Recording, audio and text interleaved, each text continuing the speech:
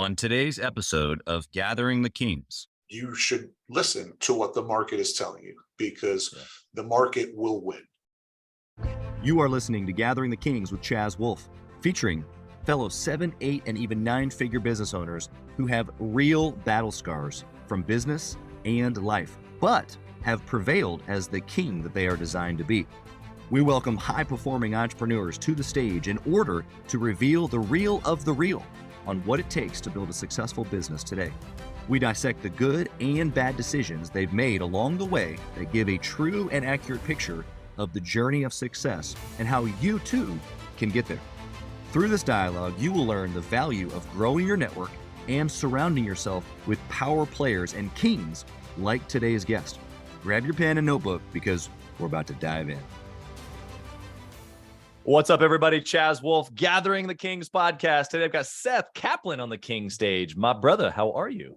I'm doing great, Chaz. How about yourself? Another bearded fella across the country. I can't imagine not being us bearded fellas. Wow, it's a good day. Absolutely. Listen, I got the beard hair. I just don't have the stuff on the top of the head anymore, but you take what you can get. You let it grow where it grows, okay? Absolutely. I'm just excited for you to be here. You've got a very interesting business, and I think the listeners are going to get a lot of value out of today. Tell us what kind of business or the business that you're here to talk about. Absolutely. So Win Local is a SaaS-based technology platform for sales professionals and sales-based businesses. And what we do is we provide tools that ensure sales professionals really at the end of the day never miss an opportunity to engage with their clients and prospects, help them increase their follow-up efficiency by over 50%.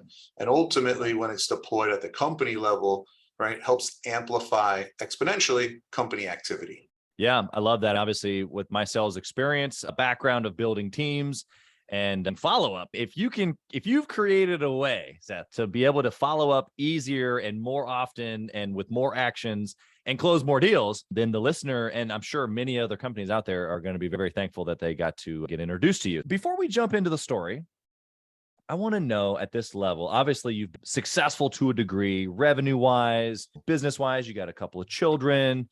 Like, why are you driving even at this level? Why are you pushing so hard? That is a great question. The simple answer is I don't really know any other way. I started working at a pretty young age. I get bored really quickly. I don't have a ton of hobbies, and I'm overwhelmingly fortunate to be able to wake up every day and do things that I genuinely love and am enthusiastic about, right? You know, the corny old saying, right? If you find something you love, you never work a day in your life. I've been really fortunate to be involved for the last 15 years with only projects that I've really felt passionate about and have loved showing up at the office or cracking open the laptop to get to work on every day. So for me, that's why I keep doing it, because I'm excited to help other sales professionals and sales-based businesses, being someone that's been in sales for a really long time. Give me another layer down on that. What I'm hearing you say is that you're a project guy, that you like big things, you want to stay interested, like moving pieces, all that. But like, why are you like that? Is that because of your upbringing? Are you trying to outdo how your upbringing? Are you trying to provide for your kids? Like, what's the deeper underneath there? I get it, you want to help salespeople, but what's making you tick? Yeah, so what makes me tick is genuinely finding things that make me happy. Like I said, I started working at a pretty young age. I always wanted to have enough to do the things that I liked, right? When I was in high school, I wanted to buy cool basketball sneakers, right? When I got into college, I wanted to make sure I had going out money for me and my buddies. But as you continue to grow and evolve as a person, you realize that ultimately money is great up to a point, right? You want to be able to pay your bills, your mortgage, your car note, etc. After that, it's okay, what can I do on a day-to-day basis that makes me happy? And just having a bunch of money to spend, for me, I realized that wasn't going to be it, right? It was, can I be successful? Can I have an impact? Can I create and build things that have impact on other people, that either create experiences, create positive results, create change in the way we do something within an industry that I like sales? That is how I define success. So for me, it really comes back to this idea that fundamentally, I believe money past a certain point is not going to impact my happiness. And my life's mission is to be a little bit better and a little bit happier every day, because over the course of what I hope will be a really long life, right? By the end, Right. I'll be able to look up and say, okay, you not only accomplished what you set out to accomplish, but you had a lot of fun doing it, because we only get one shot at this. And I want to enjoy Right. every second of it. Yeah, I love that. I can hear the passion coming through. And happiness sometimes feels surface, because happiness can be so quickly given or removed based on our current circumstances. How have you, through the course of building multiple projects, being successful in different arenas, even like being a dad, you're a dad of 2 under 2. Yeah. Not every moment is quote unquote happy. How have you been able to apply this search or desire for new levels of happiness every day through the difficulty of building projects, building businesses, building your family, stuff like that? Happiness, you're right, is probably the wrong word, although it's the general, right, 5,000 foot macro level. I think it finding things that are meaningful, that you like enough, that you enjoy doing enough, that it's worth pushing through the hard parts. As a parent of 4, I'm a parent of 2. Parenthood is one of the most joyful things I've ever experienced, if not the most joyful. But there are sleepless nights, and when your kids are sick, it's miserable. But you push through to get to that next moment where your daughter looks up at you and wishes you a happy birthday, and that makes it all worth it. And so I think in business, it's really being committed to the mission that you set out. And I've always tried to trust my gut, right? If I get really excited about something, like genuinely enthusiastic about it, I'm not looking to do it. You use the word projects. These are more, they're projects, but they're long-term projects, right? Sure, Change does not happen overnight. You don't build something meaningful in a day. If it was that easy, everyone would do it. And so you gotta have that level of commitment, enthusiasm, belief that what you're doing means something, not only to yourself, but to other people, to get up every day and push through those really hard times, because you and I both know that those happen, especially when you're building a business, you're starting something new. There's going to be challenges. There's going to be days where you're like, oh man, what did I get myself into again? If you But having that really unfettered belief that what you're doing is going to have a positive impact over the long term is meaningful and has the opportunity to be successful, not just for you and for your family and for your employees and business partners, but to the people who you're selling to. I mentioned I listened to the conversation you had with David Supple, and I loved his take on sales. I'm going to sell you what I got because I believe it's going to help you. And it's my duty to do that. It's almost my fiduciary responsibility to talk to you about what I'm doing if I believe it can help you and grow your business. Yeah, 100%. You're dropping some great mindset on us. I appreciate the perspective of a tenured, successful business owner. I just so appreciate just the mindset there. Let's go into the story. I want to know a little bit about you. Like, how did entrepreneurialism find you, or how did you find it? And then tell me about Win Local. Sure. Like I said, been working from a pretty young age, always wanted to get up, get out, and get after it, if you will. When I graduated college, I started working in sales, financial services, selling insurance, investment products, annuities, that type of thing, and realized really early on that I loved sales, but I hated that industry. It was not for me. So I knew I wasn't going to stay in that. And the things that I was really interested in was sales, technology, and real estate. I always had been interested in real estate. I grew up in New York City, in the Bronx. I was born in New York, and it's a place unlike any other. Very unique. It's different than Kansas City? A little bit. I think. I've never been to Kansas City, but I'll be there for the first time in about a week.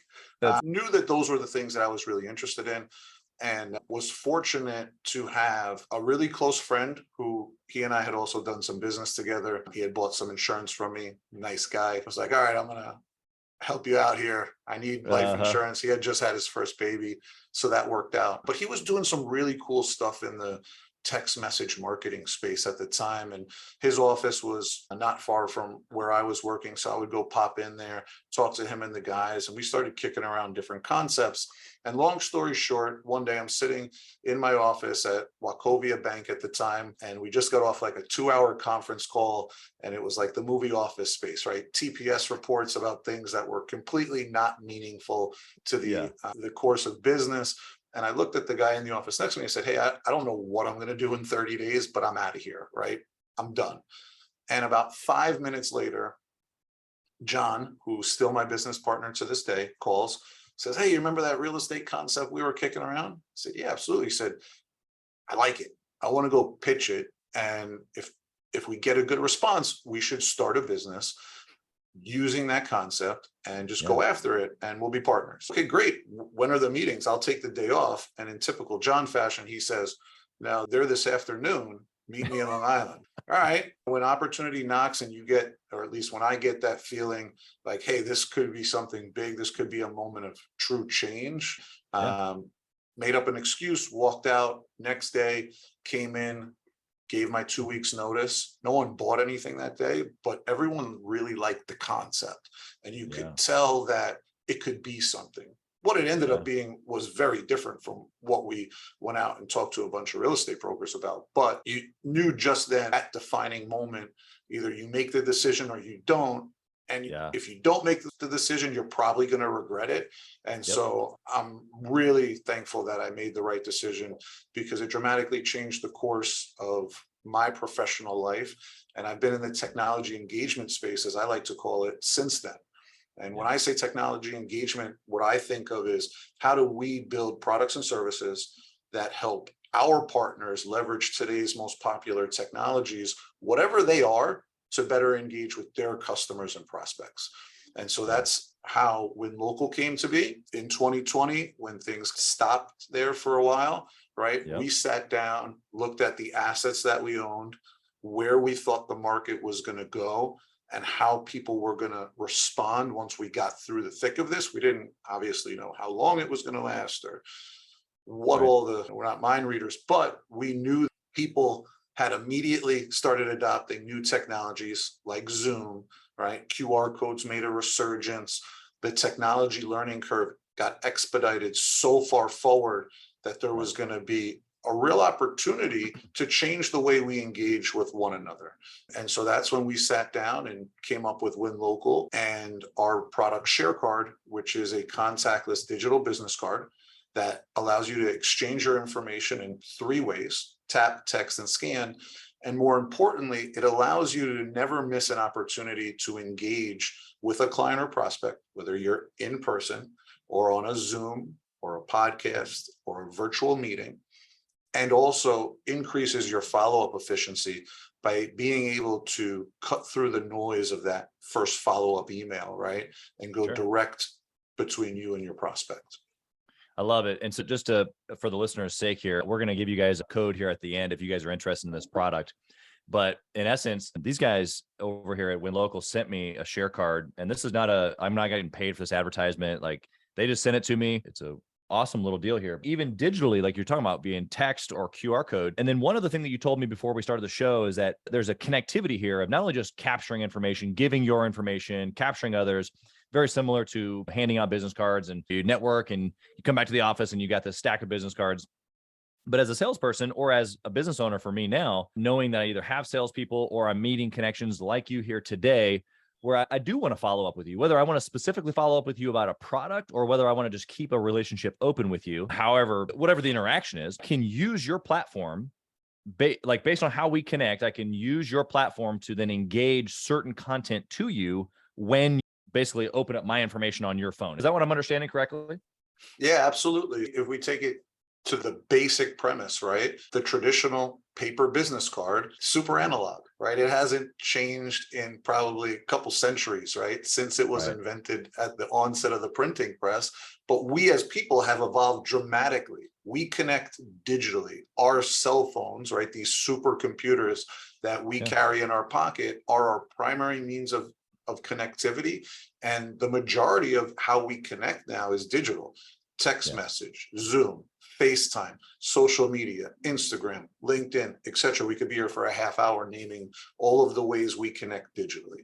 And so we felt by capitalizing on the muscle memory of salespeople and professionals who have been conditioned since they've been in business to hand out a business card with a new way to do it, to connect digitally, to still, when someone asks for my business card, I still give it to them. I just give them the digital version, and it completely expedites that follow-up process.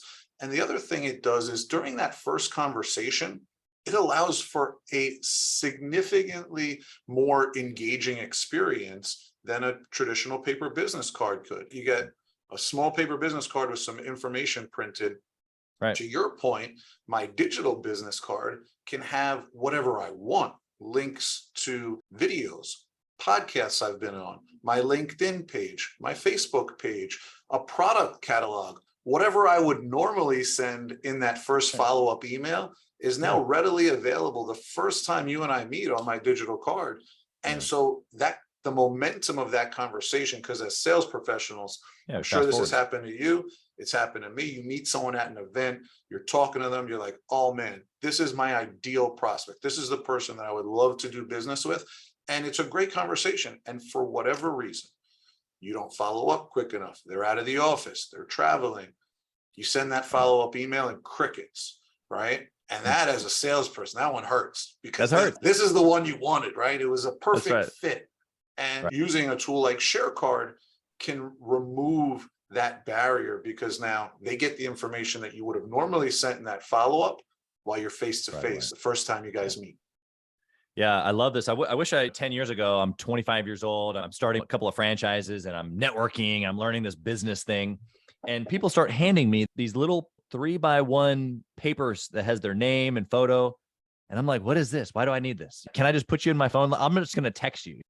Call me whatever. I'm like, I don't want your paper. I just don't give it to me. It's unnecessary. Let me text you. Yeah, I see an admin task, right? You hand me a paper business card, I see an admin task. I got to enter this information in somewhere and do a manual sort of follow-up where instead I give you my share card, my digital business card, and you can just plug your information right in because it's going to ask you to connect with me and share it back. And now it drops right into my workflow.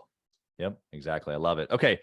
Let's talk about, as you've been building Win Local, the share card as the product, as you've been building this, give me a good decision that you've made from a business wise. Now we're going to kind of try to help the listener here for a minute.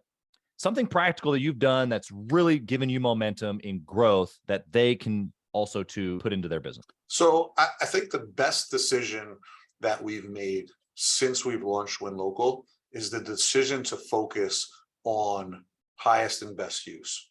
I'll tell you what I mean by that. Yeah. It's a gift and a curse. You've been in the technology engagement space. You've built other products and services the way John and I have. When we sat down to build Win Local, we were blessed with having a lot of resources and technology tools that we could incorporate into the product. Sure. Ultimately, and where we are today, is that the product should be based around the highest and best use of the tools for your target market. So instead of trying to do a lot of things, do one excellently, right? ShareCard is the leading digital business card solution for sales professionals and sales organizations. Shifting the entire platform to be built around that premise was the best decision that we made. And it took us a little while to get there because sometimes you're so close to it that you don't realize that, everything you're doing is cool or has benefit, but this is the thing that can have the biggest impact and can drive not only activity, but results and can really have an impact on an organization. Yeah, I love that. How did you come to that conclusion? Like of being able to niche down basically? Was that like, because we tried several things and it wasn't working as well? Or was that based on previous experience? We just said, okay, we're just going to pick the one thing from the beginning. How did you know that? Yeah, I would love to tell you that we just knew it innately. Unfortunately, we didn't. And so what we did was we generated a lot of customer feedback. We went out, we got the product into people's hands.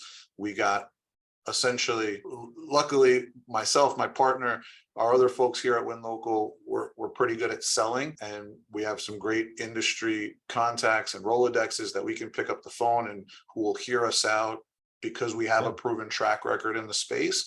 And so we were able to, identify that we had some great tools within our platform, and they are great. But we have one that people really want and need right now, and that's Share Card. And so it was really the feedback from our customers that led us to that conclusion where, I mentioned earlier, you got to trust your gut sometimes, but when everyone's saying something and getting excited about this thing over here and everything else is just going along, you realize, and you have to listen, right, that this is where you need to focus your time and energy. And that became pretty clear to us after getting enough people onto the platform using the various features and functionality that we had built in early on, and realizing that the thing people gravitated towards the most and really wanted to learn more about and were giving us product feedback about, and we're saying, hey, I wish it could do this. I could use it even more if it did. All of that commentary was coming on the Share Card front, and we had to listen. Yeah, I love that. It's such a simple concept of getting customer feedback and then implementing. But I just want to reiterate that just for a half second. You've made a great point, but the listener, I guarantee you, whether they've gone out and done surveys or not, they're hearing things like, oh, wow, this thing, this deck, or this coaching, or this way of transportation, whatever your business is, I really like that. And you're getting that type of feedback. And so oftentimes we hear it, but then we just right over it, and we keep going with where we saw it going. And I know I'm notorious for this because I'm just like laser focused on what I think is important, because we have to be. But man, that feedback, especially when it's like a big crowd noise about this one individual thing, that's what I'm hearing you say. Pay attention, not necessarily to the opinions and the voices, but when you have a lot of excitement or energy around this one, you got to pay attention. Would you like to add anything to that? No, 100%. That is it, right? When the market will tell you, right, what is working. And so when you go to market with multiple things that you believe could be beneficial to an audience, right? For us, it's sales-based businesses and sales professionals. We focused in on that market. We knew that's who we wanted to work with. And they come back, and all of the enthusiasm, product feedback is on this one thing, Share Card, and not all of it, but the majority. Then you should listen to what the market is telling you, because the market will win. Yeah, 100%. Okay, let's flip the coin. Tell us about a bad decision that you've made that obviously you've learned from, I'm sure, but what was the decision?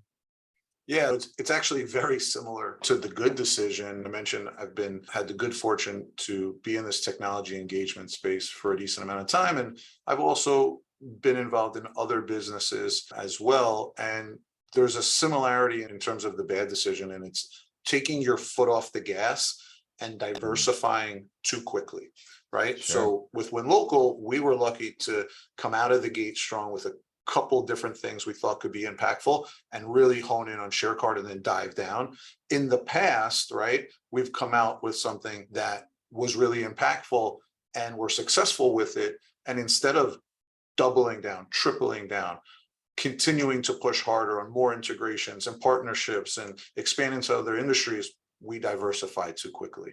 We took our foot off the gas and came up with something that we thought was really cool, but the market said was, meh. And that something that it was a really hard lesson to learn at the time, because once you make that commitment, you take that pivot, you go in that direction, you're never going to get back that 18 months. It's the one resource we all have that's equal, right? 24 hours in a day. We're never getting those 18 months back. And so competitors come in, products evolve, people surpass you where you were an industry leader. Now you have a mediocre product that hasn't been really innovated on and pushed forward in a while because you were pivoting and you did it for the right reasons, but it was the wrong decision. Yeah, there's power in diversity, especially if one thing goes down or doesn't work, then you have something else to be able to hold on to. But I loved the distinguishment that you made there, which is we did it too early. And so I think that there's something to be said here around whether it's one product or one service, or maybe it's one or two, like generally the same, like you stay in the same lane for a period of time. For you, is that period of time associated by length of days or years, or is it by revenue? How do you know when you've done something long enough, good enough, successful enough, so now that you can start adding on maybe other verticals or other offers, that type of growth mindset? Having done it the wrong way in the past, I think the right way to do it is, and this is just my opinion, but I think the right way to do it is when you have the personnel such that you can replace yourself, right? So as an independent business that's self-funded, grown organically through sales and outreach and marketing, obviously any business owner like yourself, you have a lot of pride of ownership, right? It's your baby. And I think that as you are able to build and scale up a business, when you get to that point of making the decision of, hey, can I now diversify? Can I take us into a new industry or launch a new product or a complementary tool set? I think it's all right. Do you have the resources around you to be able to replace yourself to the point where the business is no longer reliant on you or the skill set that you bring? And I think that's the way to do it. And that could be at a revenue number. It could be at a personnel number. I don't think it's really time specific. I think it's all dependent on where the business is and can you adequately replace yourself such that the growth trajectory of what you've built can continue on without you. And if you can, then great. If you can't, then you probably want to rethink the strategy, right? Either hire someone new to do the new thing and you stay the course, or look at it another way. Yeah, I think based on my experience, I would agree with you. And some people know this in my audience, some don't, but a lot of people look at a serial entrepreneur like me, especially in multiple industries, and they feel like it almost gives them permission to go be crazy and go 3 different directions all at once. And it's like, that's actually not what happened. What I actually did was, for the first 7 years, is I built edible arrangements. Only. Now, I had multiple locations, multiple cities, but generally speaking, it was one business. I had 3 major holidays throughout the year that I had to create systems around, and then how to do that in multiple locations. And then once I had that in place, or I could step out, or I had certain key roles in the business, then I picked up real estate, and we've done several things there. And then you pick up Gathering the Kings as a mastermind group. So I can see where people look in on guys like you and I. It's like, oh man, you got so many projects. Wow. But it's not like it happened all at once. And to your point, I think that maybe measurement is when you, particularly as the founder, CEO, visionary, whatever you want to call it, can operate the business without operating in the business. Right. When you can work on the business instead of working in the business. Yeah. I've got a challenge question here for you. I'll ask you later, but it's associated to this exact mindset. I don't put it in the questions ahead of time. So this fits right in. It'll be perfect. It'll be perfect. Let's transition to the speed round. You've given us so much stuff. I want to make sure we can squeeze these in. Take Win Local for me as a business. I want you to dwindle it all the way down into one trackable metric that if you could only pick one metric to track forever and ever, obviously you're a sales guy, what would that one metric be? Active users. Active users. And tell me why. Because if people aren't using it, and that user count isn't growing, we're not doing our job. Yeah. And you have no business. Exactly. You have no sales, you have no money, you have no net profit. No. Yeah. I saw something the other day that kind of stuck out at me. It was, innovation is changing how we do something forever. And if I had my way, no one would use a paper business card anymore. We'd all use, whether it's share card or someone else's, some form of digital introductory material. Yeah, I love that. Love that. I love how you had to change the language there away from business card, because that's really what you're doing. You're disrupting an entire industry. And so even changing the language around business card has to be changed, which I love that you're doing. All right. What book would you recommend, Seth, specifically for a 6-figure business owner that haven't hit that $1 million mark yet? What book would you recommend? So I absolutely love and try to read once a year, The Greatest Salesman Who Ever Lived by Og Mandino. I think it's a phenomenal book. And the part 2 is great also. I love that book. It's been probably 10 years since I've read that book, but you're right. It's 65 pages. Yeah, very short. Read it in an afternoon. You can read it on the plane coming to Kansas City next week. I do that. Yeah. But what a great recommendation. Tell me, like, what is someone looking forward to in that book? If they pick it up right now, we'll put it in the show notes. What are they going to get from that book? They're going to get, I can't recall if it's 10 or 12 things that he lays out on his scrolls but essentially very short lessons on how you can become, I think of it as a way to become just a better version of yourself, right? Yeah. Yeah. How to create habits, how to put those habits into practice. And they break it down into such easily digestible little nuggets, which with each piece of the scroll, that I think it's just a great reminder on the things that we can do very easily every day, right? To continue to get better at our craft, whatever that craft might be, whether it's sales or something else.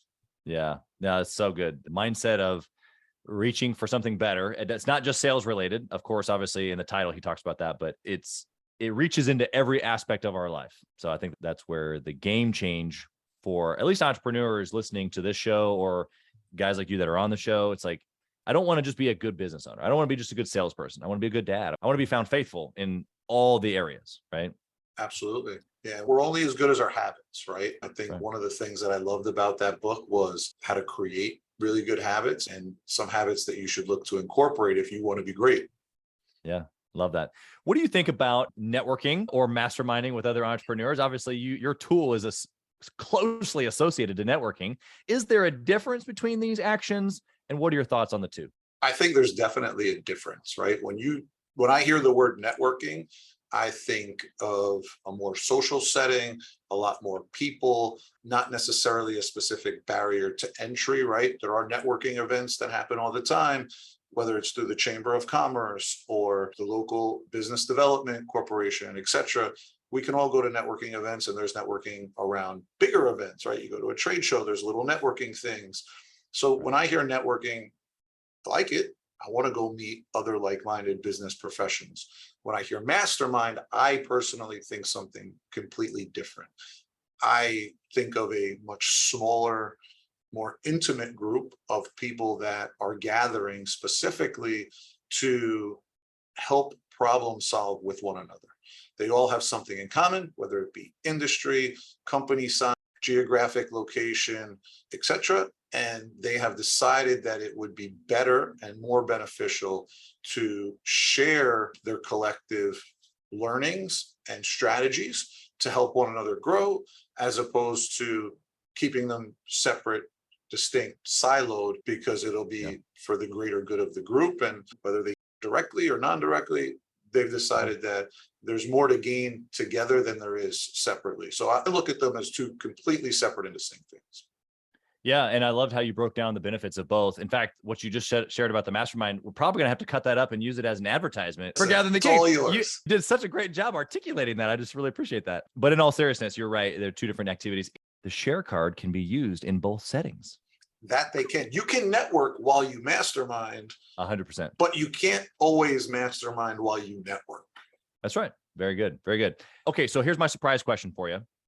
Right. Going back to being able to remove yourself so that you can diversify if you could. So the question is, if you only had 1 hour each week to successfully run Win Local like you do now, what would you do in that 1 hour to successfully run the business? I'm going to answer that question based on today. Okay. And today I would focus that hour on reaching as many potential new users as possible and evangelizing share card, because that's the highest and best use of my time. Right. And so what about 5 or 10 years from now, where you have hundreds of thousands of users or millions of business owners across the country using share card? What at that point? Only time will tell. However, at that point, it could very well be the same thing. I do love selling, and I believe so strongly about. Yeah, absolutely. I know my official title is Chief Growth Officer. I actually was thinking over the weekend that I might change it to just co-founder and salesman, to just keep it like truly authentic and get away from the fancy title. But like I said, only time will tell. It could still very well be selling and evangelizing, just might be through a different platform, and not knowing where we'll go and how the product will continue to evolve.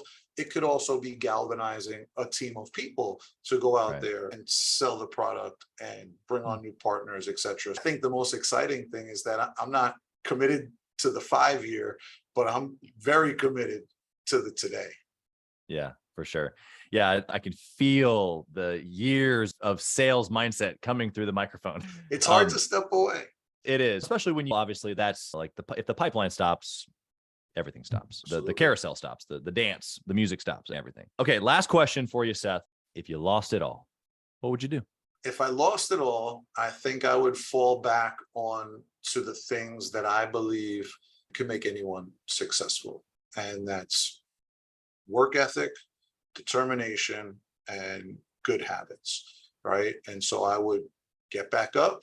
I would figure out where I wanted to spend my time, energy, and efforts. That was something that I was passionate about, and I would get back to it. It would probably be in a sales related capacity, but yeah, we'll just get back to it. I think the beauty of having reached any level of success, and probably part of the reason that you, me, the other folks that you have on the show are continuing to push forward, even though we've reached some sort of level of success, is that with each level, if you had to, you could get back there, right? Once you've done it, once you've proven to yourself that you can start a company, grow a company, build a 7-figure company, right? Hire people, etc., then you've proved to yourself that you can do it and that it's not an insurmountable challenge. And so once you know you can do something, it's just figuring out how far can you push it, right? How can I continue to push forward so I can prove to myself that if I had to do it again, I could do it. Yeah, love that. All right, Seth, how can they find you? How can they find Win Local? How can they get on with the share card? Give us the detail. Absolutely. I wouldn't do it justice if I didn't tell you that if anyone wants to connect with me, the best way to do that is simply to text Seth, my name, SETH, to the number 88500. That's going to do a couple things. One, it's going to give you access to all of the socials, right? My LinkedIn, my Instagram, my Twitter, etc. It's also they can test your product right now by and texting. They can exactly. So what's the number? 88500. 88500. You can so just listener, text the I want word you to stop Seth. right now. Open up your phone, text 88500 and type the word Seth, SETH. I want you to test this. Text it right now. Right now, and you will instantly get my share card back on your phone via text message. You can get access to all of my information. Again, my LinkedIn, Twitters, etc. LinkedIn is definitely my preferred social platform. That's the one I'm most active on. So feel free to connect with me, shoot me a message, tell me how you like this conversation with Chaz today. That would be awesome. And winlocal.com for share card. Check it out. We set up a promo code for all of your listeners. If they do want to sign up and get their own share card, we'd love to have them on board. GTK20 is the promo code they can use to get 20% off their subscription. Once again, that's GTK20. Go to winlocal.com, hit the sign up button, plug in that promo code, you get 20% off for listening to the show.